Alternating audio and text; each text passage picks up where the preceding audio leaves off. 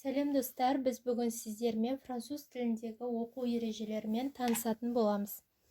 Бірінші, о және ü дыбысы бізде у дыбысын береді. Мысалы, bonjour, vous, amour. Келесі, екінші, а және ü немесе ü, а, ü әріптерінің қосындысы бізде о дыбысын береді. У деген дыбыс береді, в общем. Тоже бұл уға жақын, бірақ мүлдем у емес, немесе о мен удың арасындағы дыбыс. Мысалы, уси, у, бу. Және үшінші, о және и.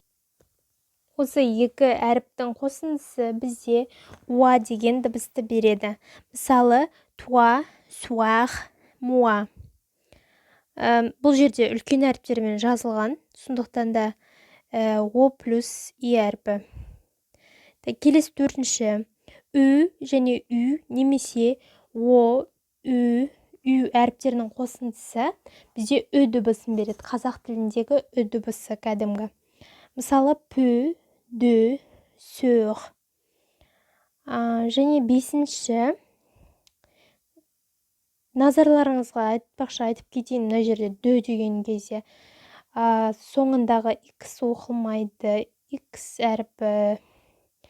Келесі бесінші, а, и немесе ү, и әріптерінің қосындысы е дыбыстары, егер мынандай белгілермен келетін болса, немесе ү, р, ү, з, ү, т әріптері бізде дыбысын береді. Мысалы, aimer, beige, mère, être, appeler, немесе Мінекей, бүгінгі ережелер осындай болды.